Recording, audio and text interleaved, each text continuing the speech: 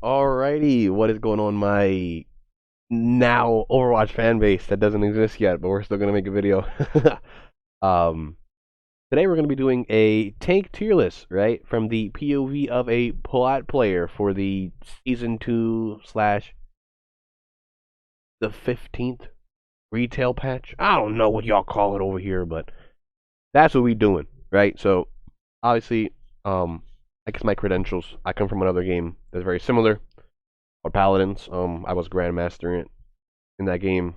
I was pretty good tank player, competed stuff like that. So I have some like kind of like game sense and like just understanding of how characters work. In a hero shooter. So I shouldn't be too off regardless of my rank. So yeah. So I have all the tanks lined up. I kind of already know where I want to put them because I did record this video already.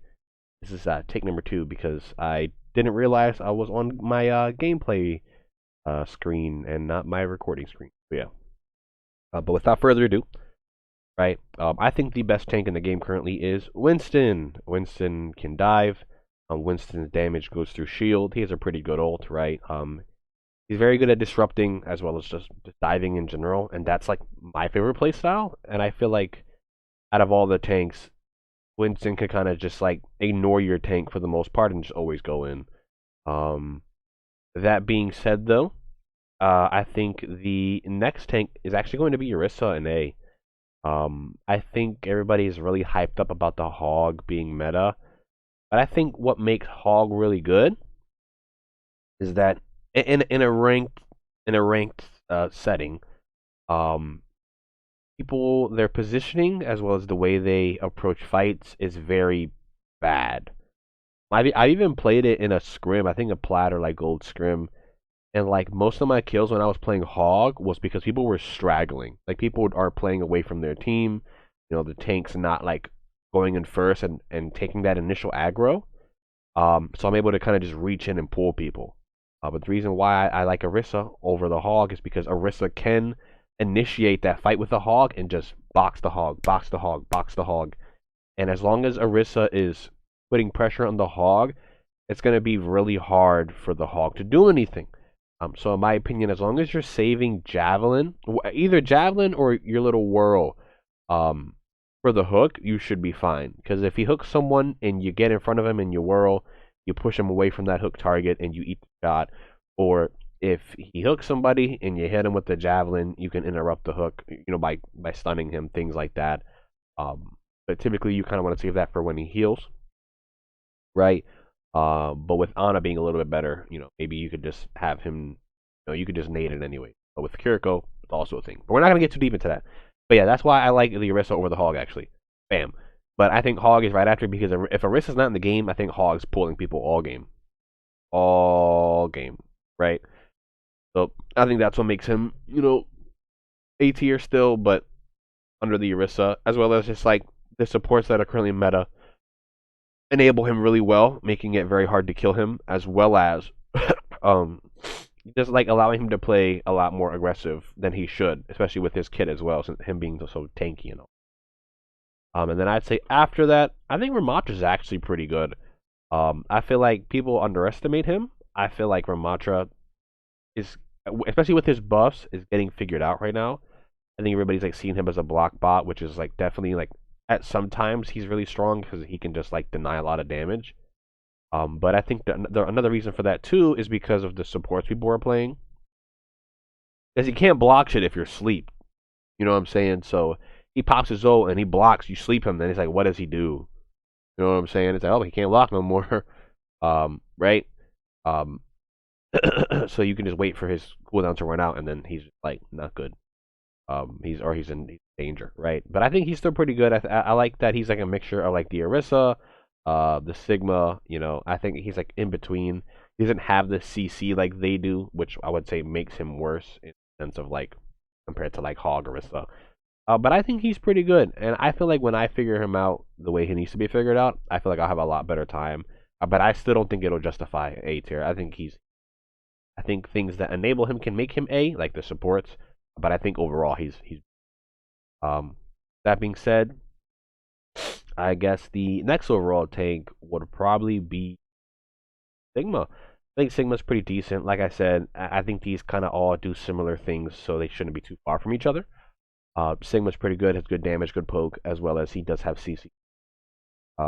Counteract certain things. The reason why I don't have him in A tier is because I think even though you have ways to deal with the Hog, I still very much think that his stuff to deal with Hog is very unreliable.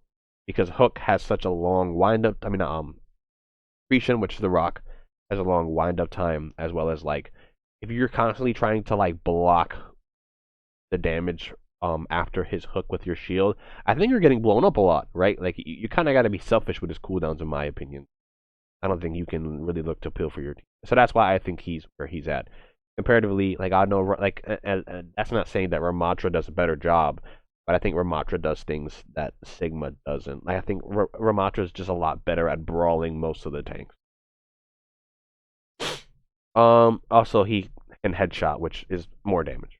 All right. Next off, Doomfist. I'd say I think Doom is bottom of B. I don't think he's here. I think Doom is a great character. Like I think he does work as a tank now. But I obviously you have to be really good at Doom to pull it off. But obviously we're rating things based off of like being good at the game, being good at the character. My issue with Doom though is he is kind of susceptible to crowd control.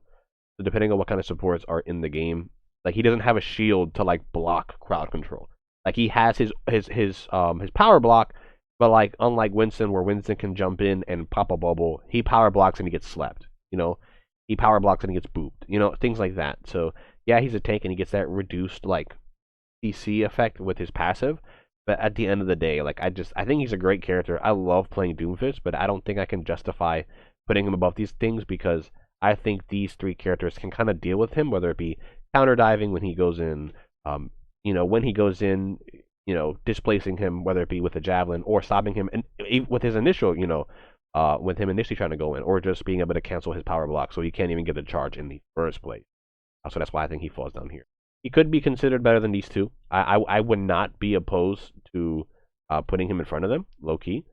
So it could be like that.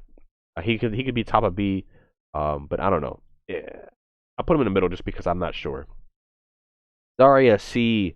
I think Zarya. There's so many dive tanks right now that it's just really hard for Zarya to like be good. I think Zarya is good when she can enable things, but if you're trying to enable something and they're just ignoring that thing and diving your backline, it's like if you're enabling something in your backline, as a tank, I don't know how good that is. You know what I'm saying? It's like if she's constantly turning around and bubbling her teammates, something's burning her. So it's like as long as you have a DPS that can kind of like poke her down, can't really hard invest and stop dive. So yeah. Reinhardt. I think Reinhardt might be a little bit better than Zarya, low key. Um, Not sure though. I feel like no, because I feel like he needs something to fight, or he's not doing anything. But then again, he's also like would probably be better into Hog and stuff than the Zarya. But Zarya definitely does have a little bit more range and peel, so I'd do that probably. When it comes to D.Va, D.Va. I think D.Va is definitely better than these tanks. Would be it could be bottom of B low key. I don't know if I'd consider her down here. Like yeah, like Zarya could have a cool matchup into the D whatever. But I don't think D.Va's horrible. I think D.Va might be B or just right outside of B. So let's keep her at C. I think she has great mobility, has a nice little kit. I think her ult's kind of lackluster though. Like it's very inconsistent. Like you could either get like a lot of value, or you can't with the bomb aspect. But it is a second life in a sense, so that's a thing as well. And then I'd say Junker Queen D. I think Junker Queen is kind of okay when it comes to brawling. I feel like you need a comp around her, but I don't think she's F tier.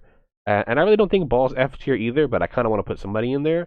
I feel like Ball can be very disruptive, very good. But when Ball is not in role form, I don't think he's really a character. He suffers the same issue as a character in another game had. Where when he's rolling, he's really strong. But when he stands up, he can be very limiting. And when he stands up, he's not very tanky. Like he does have his little shield that allows him to like get in and shield and be really tanky for a bit. But with like Hog being meta, with Erisa being up there, with like Doomfist being there, there's a lot of things that can crowd control him. Um, so that's where I feel like when he tries to go in, he can kind of get like boxed out pretty quickly. That's why I have him there. But with that all being said, though, that's going to come to the conclusion of the tank tier list. I don't know if I stated I was only doing tanks, but yeah. Yeah, so if you like this kind of content or you just want to keep up to date with me and my channel, definitely sub so you never miss a video and you know when I am posting, right? But other than that, if you have any comments or any disagreements, I guess, with anything I've put here, obviously what I think isn't absolute, it isn't law. I would love to have that discussion with you guys to see where not only the community's mindset is at, as well as maybe there's things that I've missed, that I didn't incorporate when I was deciding where I was putting certain characters. But yeah, I'm gonna see you guys hopefully in the next one. Please take care of yourselves, and yeah, more Overwatch content to come. Take care.